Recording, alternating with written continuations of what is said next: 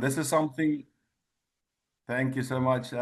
This is something that's been coming for some time. A lot of practitioners in various fields, you know, discussed the principles of therapy being such a big part of what we do in this beautiful country of ours and the mediums we have to our availability. And I think this is something that needed some interaction, spontaneous discussion. There's a lot of different perceptions and a lot of different practices around this. Um, I myself, I'm in the experiential environment, in adventurous experiences, in the outdoors. We've got people here that's in equine. We've got people here in play therapy, in recreational therapy, in so many different disciplines. And I think the one big thing I got to the definition that there's just so many um, different approaches to this, but this experiential therapies medium assists people to engage with their emotions and thoughts in an interactive way, not only by discussion and talking around it, but they're actually engaged in it. And this makes it such an exciting area. And I think for tonight, the objective for tonight is just to talk about it, you know, just to get to know a little bit more about what's happening in the country with regards to the different disciplines, but then also to talk about those red tape areas and the challenges that people experience in the field. Because I think there's a lot of misperceptions in the field. And maybe there could be some discussion tonight around getting some clarity around it. So there's a few people that I've asked just to talk a little bit about a component or an area that they are passionate about or that they come from. And then you are so welcome to engage further on this. So we've got people from Zambia, from Kenya, from the UK, quite a few different countries represented. So welcome to all those people, the South Africans, of course, but all those people that are from across the border and that can contribute to tonight's session. Um, I think let's start, Johan, Professor Johan Potgieter from Northwest University. If you could just start and tell us what you guys are engaging around your research and your awarenesses in this area. Yeah, Peter, thank you very much. Thanks, first of all, for getting all of us together and for all of the effort that you made to get this group together. I hope you can hear me fine. It's not that important that you can see me, but at least if you can hear me. 100%. Okay. Right. Thanks very much. As Peter said, I'm Johan Potgieter. I've been affiliated with Northwest University for 20 years now. That's a scary thought. And I've had the opportunity of being involved in the training of psychology students at various levels. I'm a clinical psychologist by registration, but possibly a little bit atypical in the sense that I've never been that interested in what's wrong with people. I've always been inclined to focus on what's right with them, and I've always had an interest in what's referred to as positive psychology. I'm not too keen on the term. I think it creates a lot of misconception and misunderstanding. But it's really about the psychology of strengths and well-being, and that's been my area of interest. And then around 2012, I stumbled across this wonderful field of adventure therapy. I attended the first or the third by then Adventure Therapy International Committee Conference in Czechia.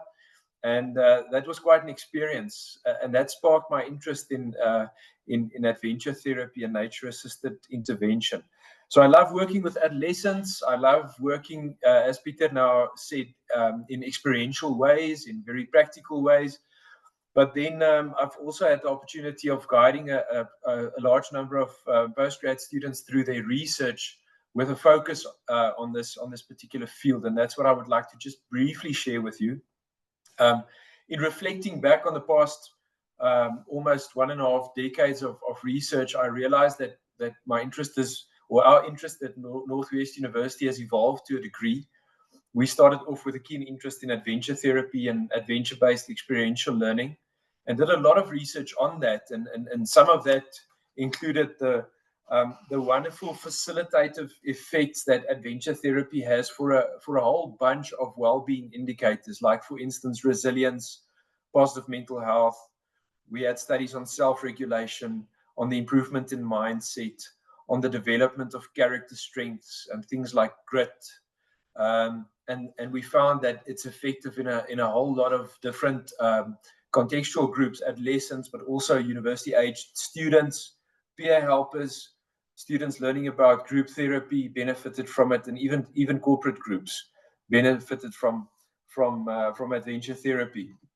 But then, and it's possibly as a consequence of the aging process, gradually my interest shifted, or our interest shifted towards more of the nature-assisted interventions, and more passively making use of nature, things like nature connectedness, nature immersion, and its effects. I think I realized along the way that you don't have to paddle down a class 4 rapid with your hair on fire to benefit from being in a green space.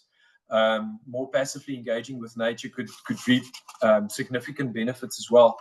So more recently, we've done research on equine-assisted therapy and the wonderful well-being effects thereof. We've dabbled in joint nature experiences for families and families with, for instance, autistic children, and saw tremendous benefit in that. Nature-based mindfulness was another topic. Quite a recent development for us, and it's a significant thing, is biophilic design in buildings, and specifically in secondary school classrooms, and the benefits that students academically but also psychologically have from just having greenery in their class, and from nature being brought into the learning context. So both in terms of nature connectedness and nature immersion, we saw the benefits for various groups, ranging from field guides to, again, corporate groups. So that's a very brief overview of a number of years of research. And I think what that leaves me with is 3 important points. The first one being, I've never been more convinced of the tremendous potential, therapeutic potential of nature and playing in nature, or doing adventure in nature. That's the first thing. There's significant benefit in it, and it's been proven scientifically over and over again. The second thing is that there's not a better time to start having this conversation than now.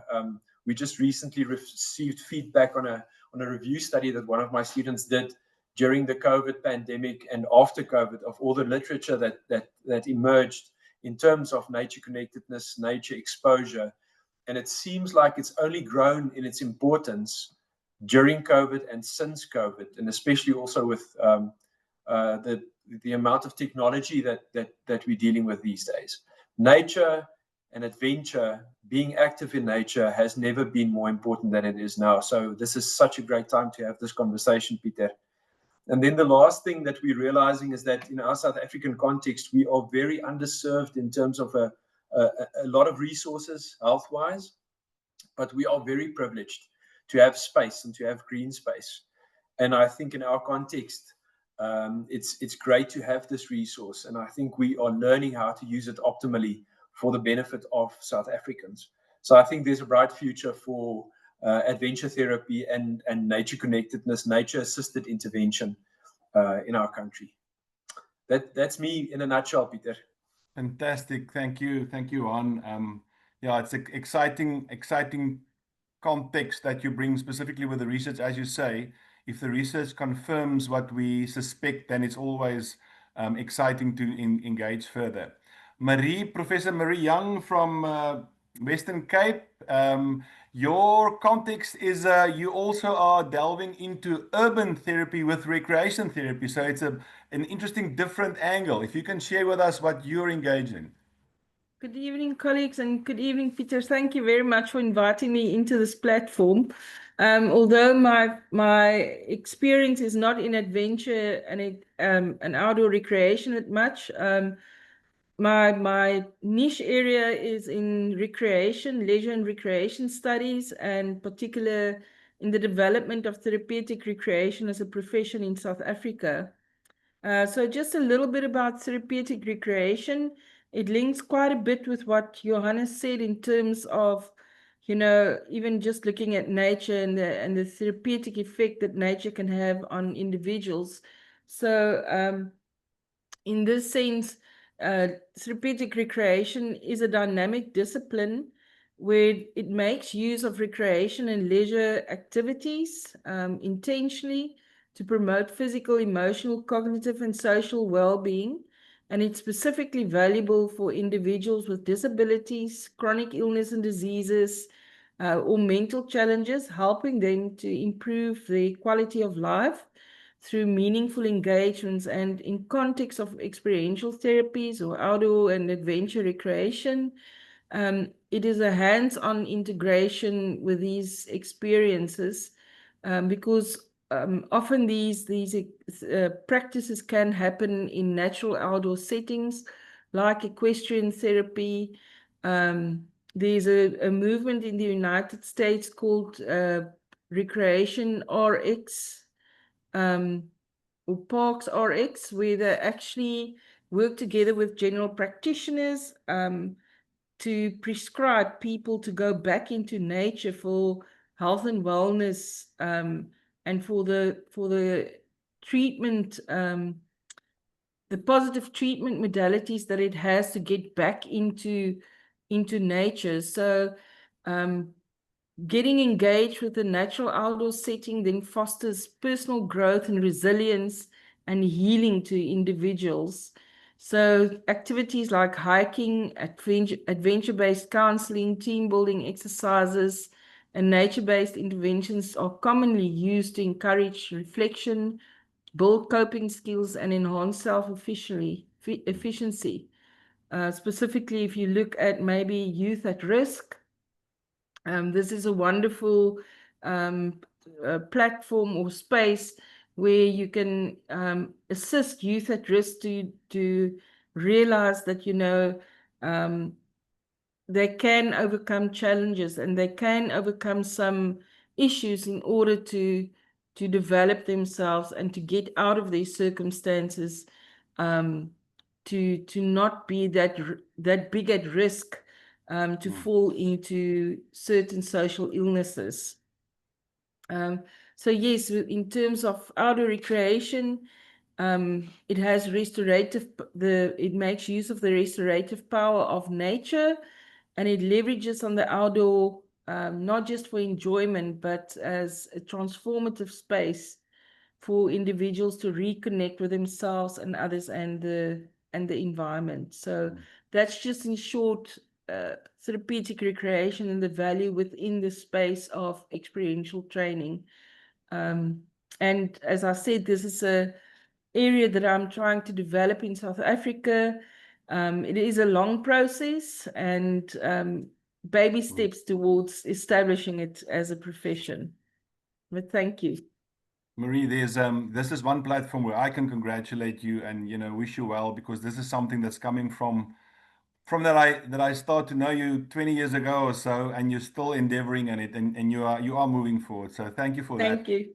I read something interesting around experiential therapies. It said that help individuals process past trauma, build self-awareness, and foster personal growth by immersing in real-time experiences that evoke and explore feelings in a safe environment. And I think for me, everybody here in this whole experiential therapies discipline is the principle of real-time experiences, other than just your typical talk-based methods. Is again, Marie, although your generic recreation is a bit different than the outdoor and adventure, it's still what happens there. It's the real-time experiences that are so precious. Before I'm going to ask Liz Malabon from the University of Cumbria to talk, if Samantha Green, you are involved in play therapy, which again is something a little bit different. Talk us through a little bit about what you do and how you work. Yeah, hello everyone. As has been mentioned, my name is Sam and I'm in the field of counseling and play therapy. And yeah, I think it's a very, very fast growing space, play therapy, in terms of the benefits and it being noticed for its benefits in supporting development and the well-being of children in particular. just to kind of speak into what it is, play therapy is based on the premise that verbal communication is not the child's most natural form of expression, and most of us will know this. I mean, if you watch a child, you see that they're exploring their environments and they're making sense of things around them through their play. And that is why play therapy is considered so effective for children as a form of counseling, because it doesn't expect them to sit and talk about stuff which isn't really age appropriate for them, because yes, they can verbally communicate to an extent, but in terms of expressing what's really going on for them and expressing their experiences or their traumas or their thoughts and their feelings verbally, it's not productive to try to expect them to express that in that way. Whereas if we are immersing in play with them and using that, which is their natural mode of expression, to help them understand what's going on in their own world, for us to gain insights into their own world, it's hugely beneficial and effective. And it's more about, you know, as the therapist, immersing yourself in their play with them, tracking the themes that are coming up in their play, taking note of the interactions that are going on, how they're relating to you in their play, the roles that they're choosing to take on in their play, what kinds of mediums are they choosing to give us insights into their world. So we make use of a variety of play and creative art techniques to provide them with a space to express themselves in the way that they feel most confident in doing so. And what's beautiful about that is it actually empowers the child in their process, rather than sitting them down and expecting them to express themselves verbally, which may not feel as comfortable for them. We're saying, show me in your way, in your language, what's going on, where we're at, what you need. So it's very much child-led.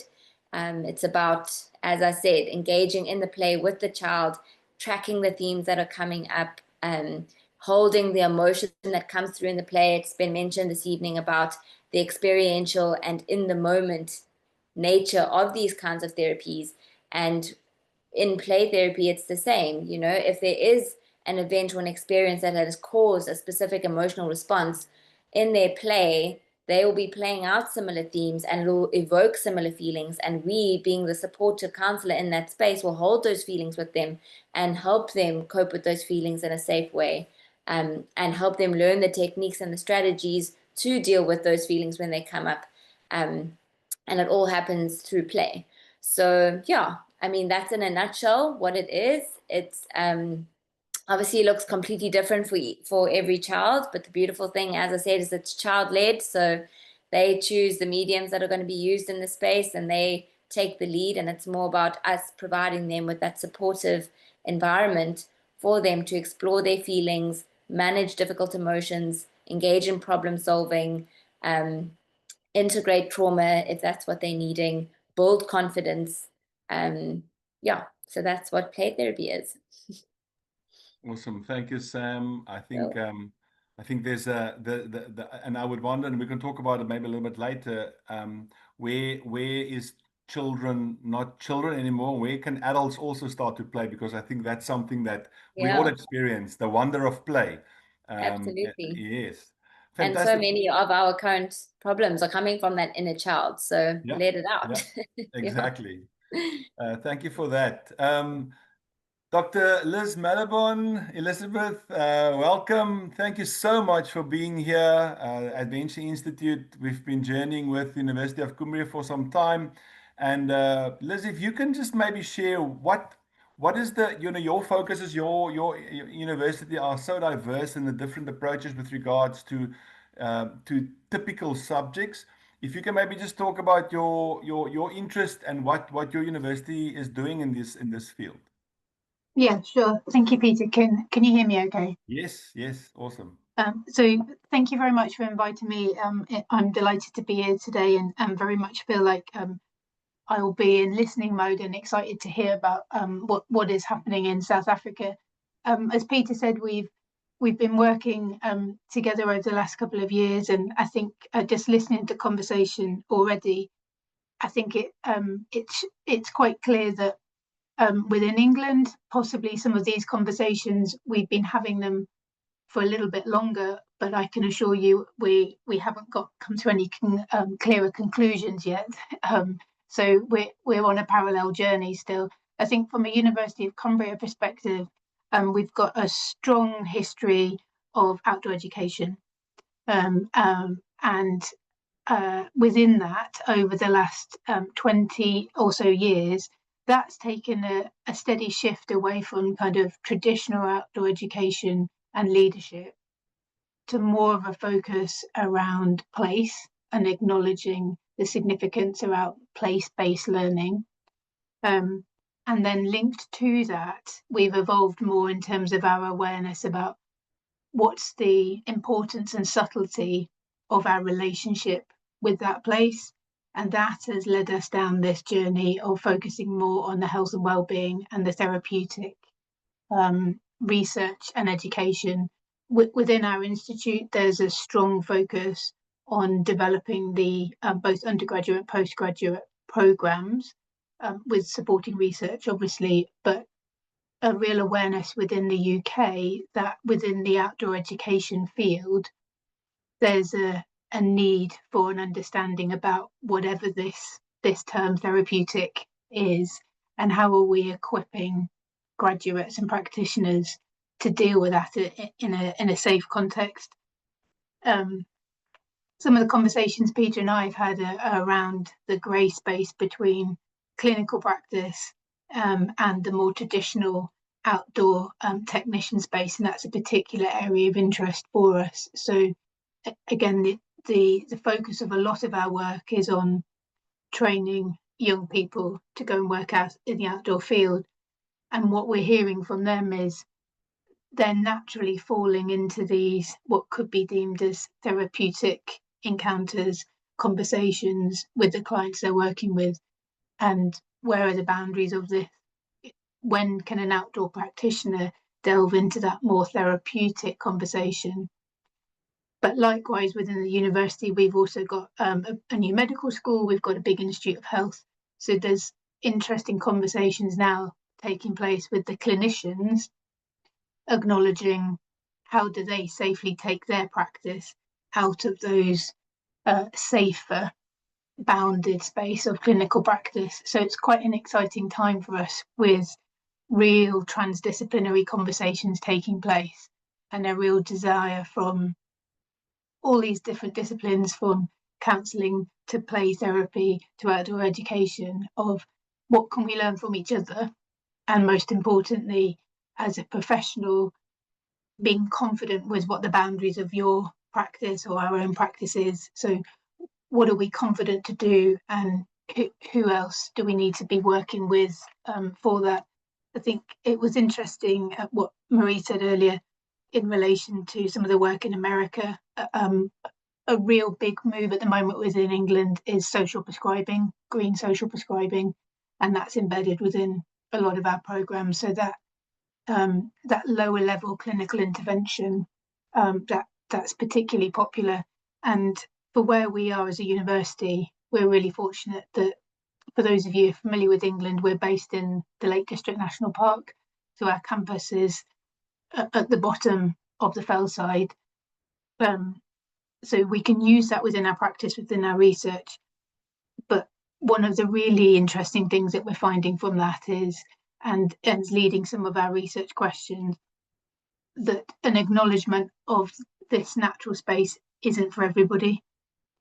And actually, for some people, the more clinical inside space is a far safer place. So one of the kind of cautions we've had to be aware of ourselves is not to assume that experiential therapeutic practices are better than other practices, and actually looking at how we balance that.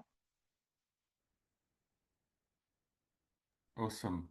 Thank you, Liz. That was I think that was one of the first awarenesses in our interactions, that for some people the outdoors or the experiential medium can actually be traumatic for some people. So that was, for me, was the first time that we spoke about that principle. Maybe if I can ask Jessie, Jesse is the Managing Director of the South African Adventure Industry Association, and we get a lot of different people in different practices. And if we look at the attendees or the people that registered, there was 55 people that registered for this session, and the vast majority of those people are people that's not necessarily qualified in the therapeutic field, but they are in some way involved in the field. So they understand the emphasis, or they understand the value of that. They also understand the caution in it, but they are in the field. So Jesse, my question to you is, in your experience, you're also a trained adventure counselor. Counselor. Yeah, counselor, yes. So what is your experience and your observation, not only in the adventure area, but in the bigger context? I hope I answer your question. So I studied adventure tourism management, and it sounds very economic tourism management, but the focus was on outdoor recreation. That was our main subject.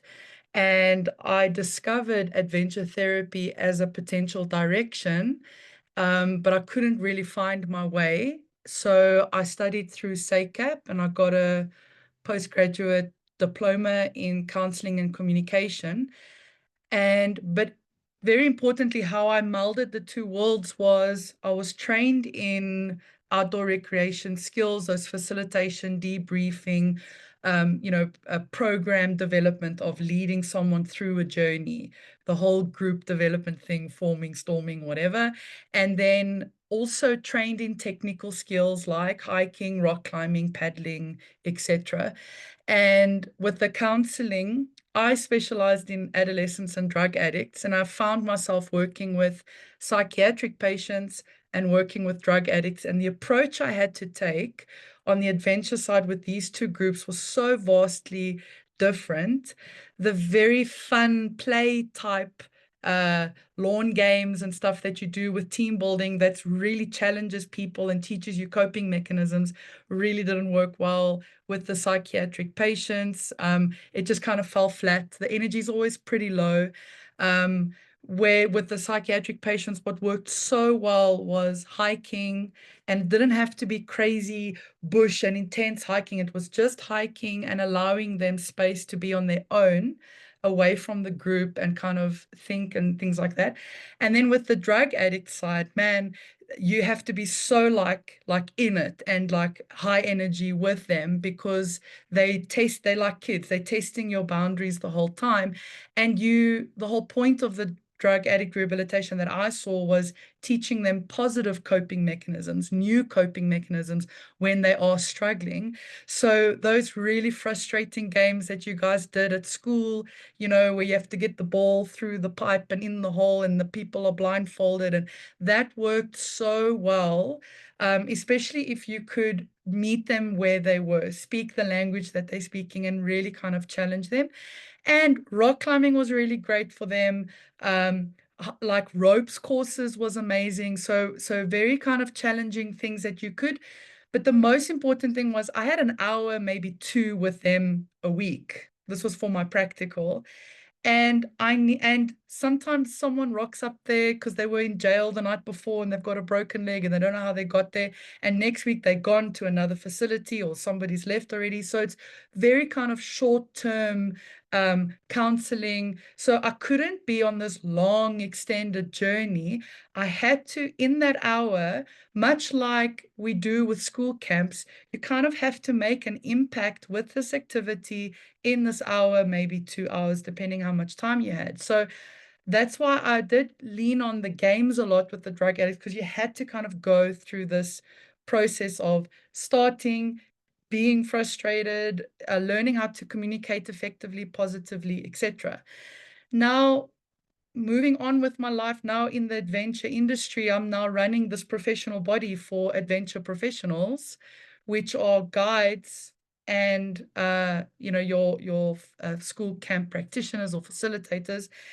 And now we start to get a little bit more, it gets a lot more challenging, because in a commercial sense, there's legal requirements when you are guiding someone, for example.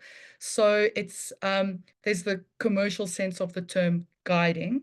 Then there is the duty of care aspect and negligence aspect of being trained on the technical side as well. So if I'm taking people hiking, I can't just be a really avid hiker and get a bunch of people to pay me, come with my counseling certificate and take them hiking. The risk is just it's not okay. So something that we are trying to do as the professional body is standardize all of these activities so that they can be utilized by guides, by counselors, by therapists, by school camp guides, whatever it is, so that at least people know that they're being appropriately trained and safeguarded correctly. I just found that line that you were talking about, Liz, I think definitely I would not have done the people a good service without my counseling certificate. I would not have been able to adapt counseling to the adventure space, experiential outdoor recreation space, without what I learned in the diploma. I'm not saying you have to do the diploma, but without what I learned in that outdoor recreation adventure tourism diploma. And it's really set me up and the people that I engaged with for success. So I'm really kind of interested to see, because for me, I couldn't find a course that fit me to do adventure therapy or adventure counseling without first doing a honors or doctorate or something. I just felt I already had this diploma, I want to move on kind of vibe. So that's just what I found in the industry and what I'm seeing in the industry now. And it's interesting, in South Africa, we differentiate between nature guiding and adventure guiding and cultural guiding. But obviously in the adventure and the nature space, there's a lot of, crossover that I can see. So just from a professional side, that's what I see, I imagine, is either someone definitely with a counseling or a psychiatry background, and then being appropriately trained in adventure, whatever that might look like. But definitely if you're going to be doing the skills, get the training in the skills. Yeah, that's what I see in the industry. Thanks, Peter. Great stuff. Thank you, Jessie. So I think for me, as just to if there's somebody else here present that's in a very specific therapeutic field that we haven't spoken about, please, if we can hear from you, that'll be great. The objective of interactions like this is first to create an awareness for young people about what is out there and where they can get involved if they are prone in the therapeutic space, if that's where they want to endeavor. All the different experiential therapies available and based on their preferences and likings, but also is to make the therapeutic engagements accessible to people that doesn't have it. Because if we think of looking at the different industries, whether you are in the recreation field, whether you're in equine field, whether you're in the nature environment or the adventure environment, wherever you are, even if you are in the water-based environment as well, we are all engaging in therapeutic interactions or therapeutic mediums or therapeutic processes at some time. So the question, and Jessie, you've touched on it now, and I think it's something that could be an interesting topic to just quickly talk about, is where is that line? Are we at a place where we say, no therapeutic interventions with people if you're not trained? But the fact of the matter is, it does happen. If you sit with somebody next to a fire and you start to engage with them and ask questions and share life stories, there's something that happens there. So I would like to hear from you. What is your view, everybody? You're welcome to reply on where is that line where the general practitioner in all these different fields, whether you take a bag of tricks and you go into a rural community and you establish connection with a group of young people, or you go on a trip, an outdoor trip, where would that line be? Can anybody be brave enough to suggest or start the chat? I don't mind saying something quickly, just because, yeah, it's something that I and other colleagues have, it's a discussion that's been quite a prominent one, especially because, as you mentioned, you know, first of all, breaking into the field, clinical psychology wise, or ed psych wise, or neuropsychology wise, it's very, very complicated, and it's very, very difficult to get in. And I think that becomes very disheartening for a lot of people that have this heart to serve others and to help and support others. And it's so sad to see people kind of lose hope because they're not getting into those kinds of specializations, when there is still so much to offer. But I think, you know, going off what you've mentioned in terms of, you know, there's so many different forms of training, or so many different forms of diplomas or certificates. And in doing those things, you're learning the kinds of skills and the kind of services you can offer. And I think in doing that, in doing those various forms of training, whether it be a certificate, whether it be a diploma, whether it be a whole nother degree, whether it be a master's, you learn in what you're doing, what kind of support, what competency you're going to be able to lead that training with, and know that and have that as something that guides you. Because if you're now in a setting where you are offering that competency and you realize, or that skill, and you realize, sure, this problem's bigger than me, it is in the people's best interest that you're working with to know how to refer appropriately, or how to call on an appropriate professional to intervene. So I think it's more about, if you've done the training, if you've done another certificate of any kind, be familiar with what competency that actually gives you, and where you can go with that, and be blatantly honest with what you're offering people before you engage in an interaction with them. And if at any point it seems bigger than you, serve them well and yourself well by knowing how to refer appropriately to someone else who can handle what maybe they're needing support in. That would be my input. Thank you, Samantha. Anybody else?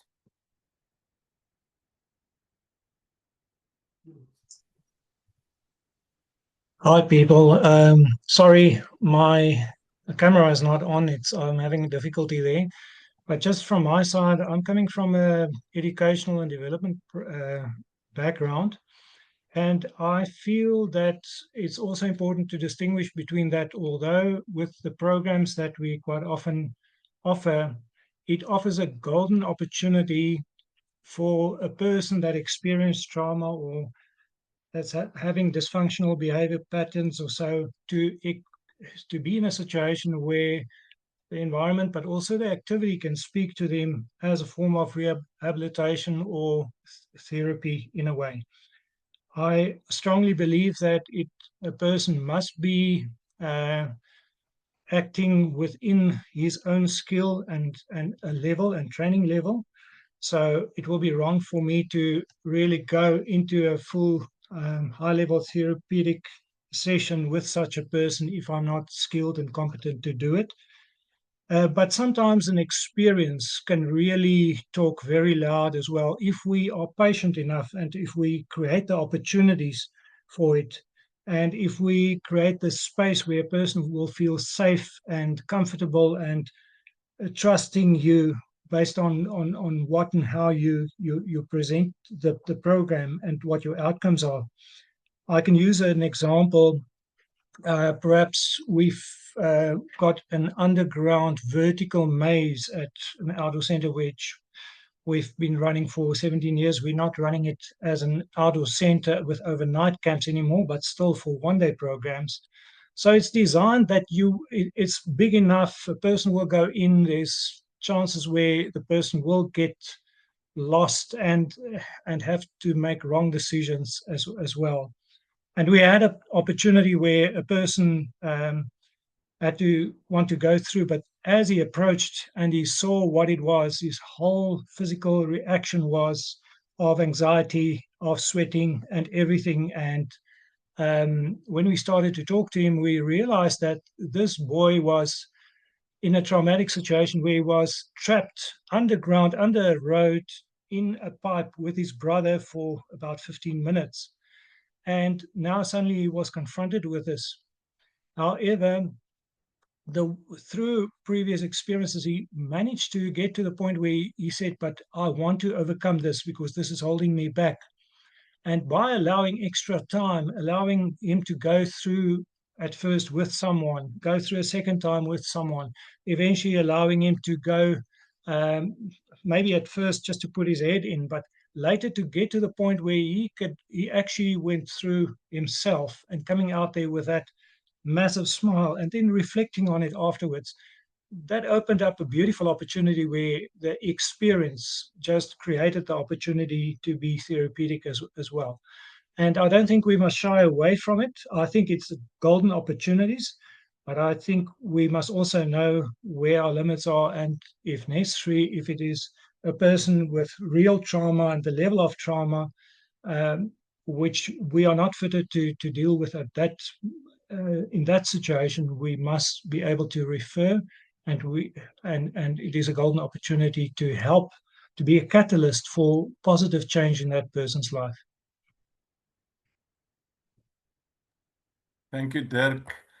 Johan, I want to press on your button here. And when you look at the psychological context of this and the potential of things to go wrong, and your observations in, if you look at, as I say, a lot of us on the screen, we have children, we engage with those children in a way where it's a therapeutic approach, but we haven't had any training on it, and things go wrong sometime, and then we swim out of it, but it's not always possible.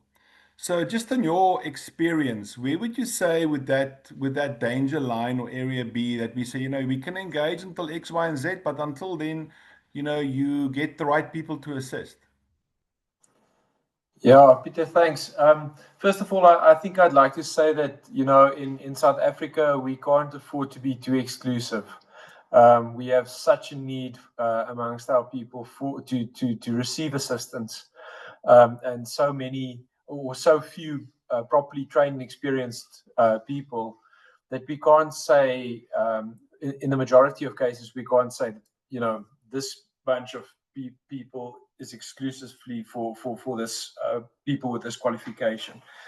I'm saying in most cases, because in some cases that actually does turn out to be the case, and I think we run the risk of doing serious harm if we do operate outside of our scope of practice. For myself, I've always tried to distinguish between what is therapeutic and what is therapy, and those two things do overlap, but they're not the same thing. Therapeutic, that refers to an experience that's healing and beneficial. Therapy for me refers to, providing relief or healing a person from disorder. And that's where I always try and draw the line, even as a clinical psychologist, because, as soon as a person has symptoms that's sufficient to warrant a clinical diagnosis, and you work, in other words, with a clinical population, I think you run the risk of really doing serious harm. I think the example that Dirk just gave us is a beautiful example. There's a possibility of that young man suffering from post-traumatic stress. If someone misses that, is not aware of the signs and symptoms of PTSD, and you do decide to put a person through a similar experience, there's a real chance of re-traumatization and doing possibly harm to that person. So I think stats tell us that 95% of the general population will never develop a psychological diagnosis. 5%, however, do. And I think for 95% of the time, I think we are safe in providing therapeutic experiences. But we need to be knowledgeable about the 5% and about the pathology and about the possibility of doing harm with that 5%. And that's the distinction for me. That's where I would draw the line. I started off by saying my interest is much more in what goes right with people than what goes wrong with people. So even as a clinical psychologist, I'm very aware of the people's state of mind, the level of mental health. And the moment I sense that there's a need for therapy, in my mind, it goes beyond a therapeutic experience, and I would definitely refer.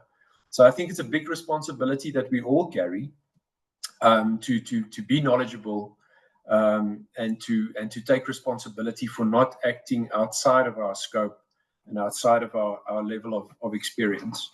Try and avoid that type of situation as far as possible.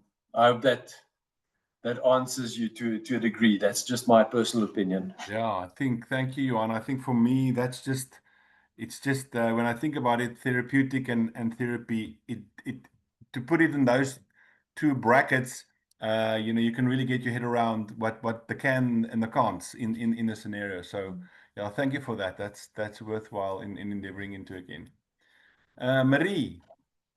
Yes, I want to put a challenge to Johan maybe a bit, because in the profession of therapeutic recreation, I was fortunate to visit various places in the United States where therapeutic recreation has been on offer. One of the universities in East Carolina, at East Carolina University, they actually were working on projects of doing simulations for veterans that had post-traumatic stress disorder. And they would actually have them simulate war circumstances with mock guns that were as heavy and realistic as the ones they would have carried with them in the war. Yes, the therapeutic recreation does have a psychological component attached to it, but no, they make use of this activity to assist people to overcome their PTSD. But your opinion was that one should be very careful to put a person back into the circumstances because of the psychological effect it can have on them. So how can you maybe elaborate or explain that a little bit? Yeah, I think, and I'm not familiar with the practice that you or that specific program, but I think what it might be referring to is the psychological or the therapeutic technique of flooding, and the fact that through repeated exposure to the traumatic event, eventually your emotional and your physiological response will tone down. So it can also be referred to as systematic desensitization. So the more you get exposed to this traumatic stimulus, and the more you couple that with physical relaxation techniques, the more normality you bring to that type of experience. And that it could be that that's the psychological mechanism that they pursue in that program. And you say that they practice this within therapeutic recreation, Yes. which is Yes. of course quite possible. I can only imagine that the people that create and deliver this particular program, I imagine they would be highly skilled and highly trained in the condition of post-traumatic stress. And that is the only point that I'm trying to make, is that if we should be knowledgeable about the the possibility of first of all that psychological condition, what triggers it, but also what we need to try and avoid to do additional harm in those particular cases. So the staff, I would expect, would be very well trained, both in the diagnosis and in the treatment of PTSD in those cases. What their registrations are and what they require in the US, I'm not that familiar with, but that would be my expectation. Thank you. Great. Guys and girls, we've got 10 minutes left. What I quickly want to do is I want Liz, if you could maybe just talk to us about what is the tendency or practice in the UK? Is there space for let's call them non-qualified or super qualified people in the therapeutic environment to practice or to be exposed or to put themselves out there or to engage into therapeutic programs? Or is it a no-go? What's your experience and observation? I think there's a real appetite for it, and I think this conversation, it's exciting because it's mirroring the conversations we're having in the UK.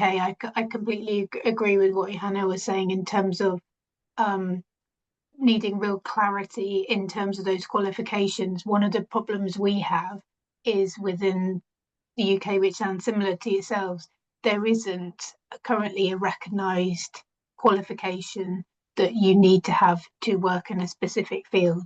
So that we have clinical counselling qualifications, we have psychology qualifications, but we don't currently have a recognised adventure therapy or outdoor counselling qualification.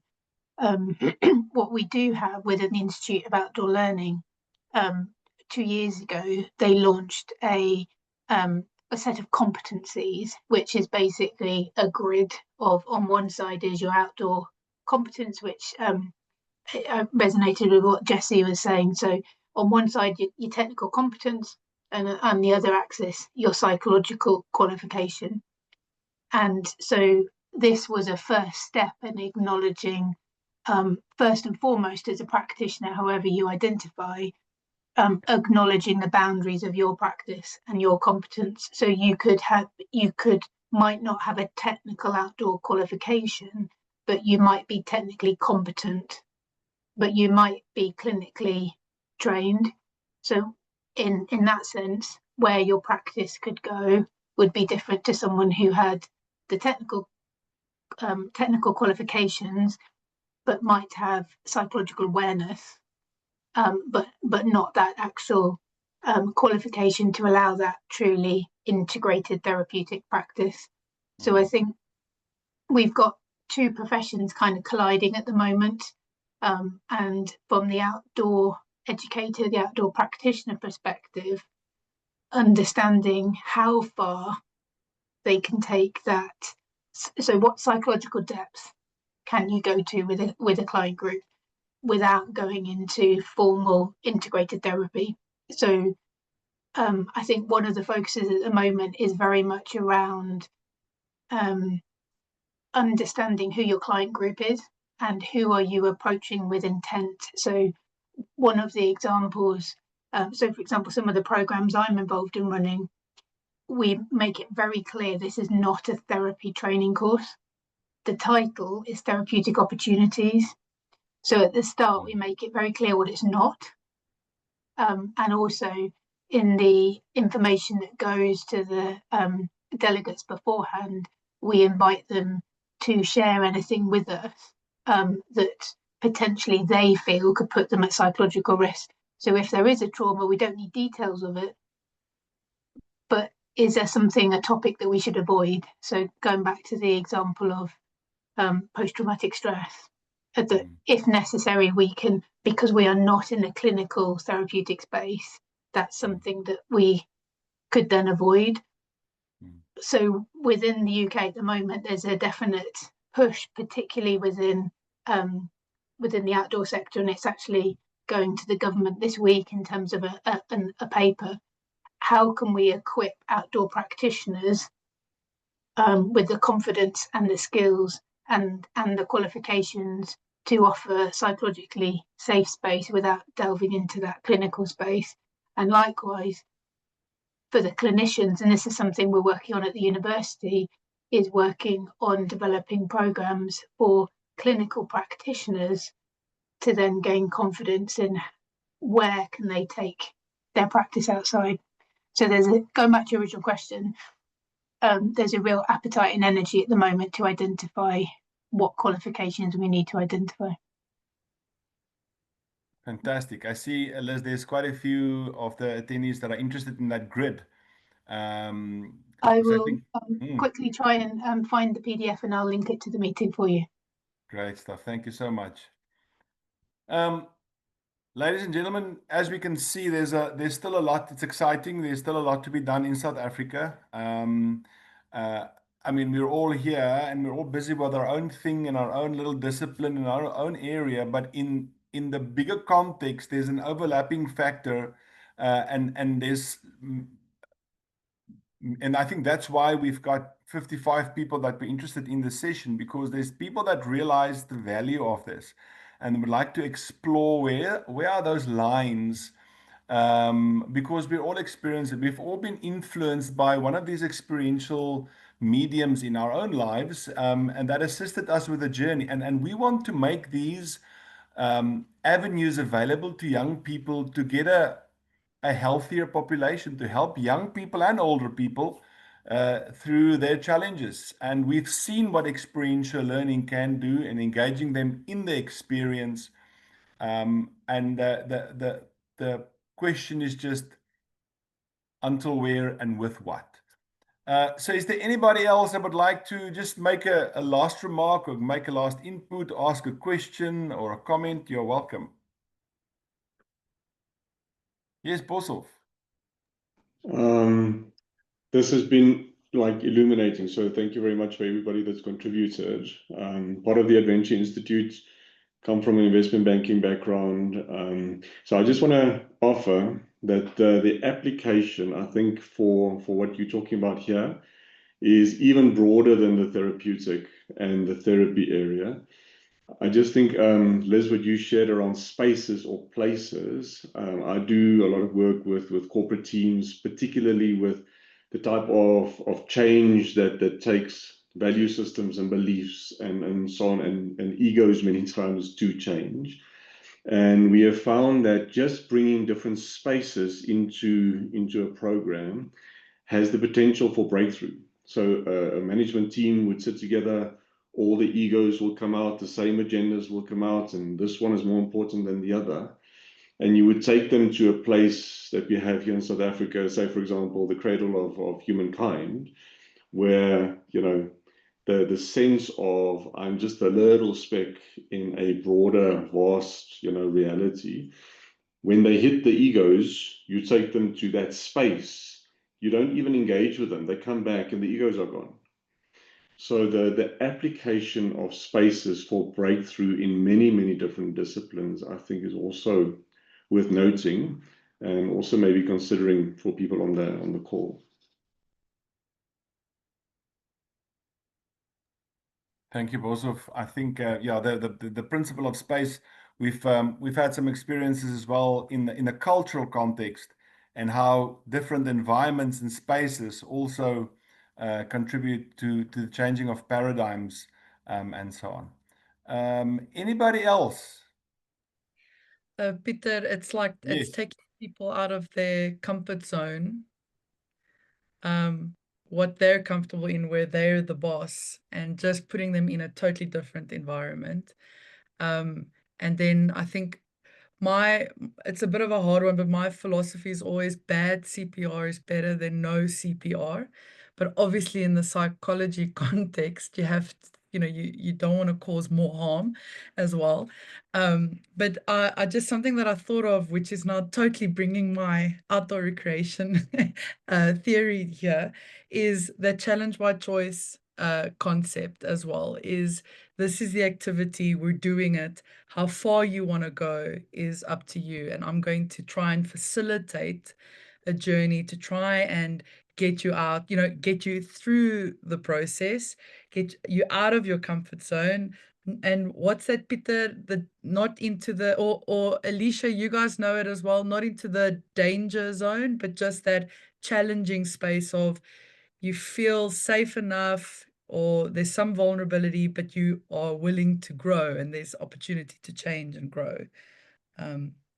Yeah, that's just from the adventure side. Thanks. Yeah. Great stuff. Ladies and gentlemen, Liz wanted to share that, but I did not give her hosting rights. The hosting rights is on a different computer, so she'll send it to me, and I will make sure that it gets to everybody on this call. So thank you so much, Liz, for that, and apologies that I can't give you that rights now.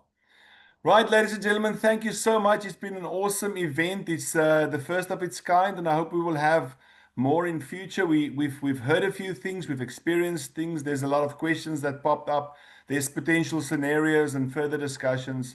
To all of you that's working in this field, all of you that are endeavoring in any type of experiential therapy, good luck with what you're doing and all the best. And yeah, it's a novel job to change young people's minds and lives, and it needs to be done by some people. And thank you for the work that you all are doing. Have a fantastic evening. Thank you, Peter. Thank you, Peter, and thank you for the opportunity. Great stuff. Bye. Bye. Bye. Thank you, everyone.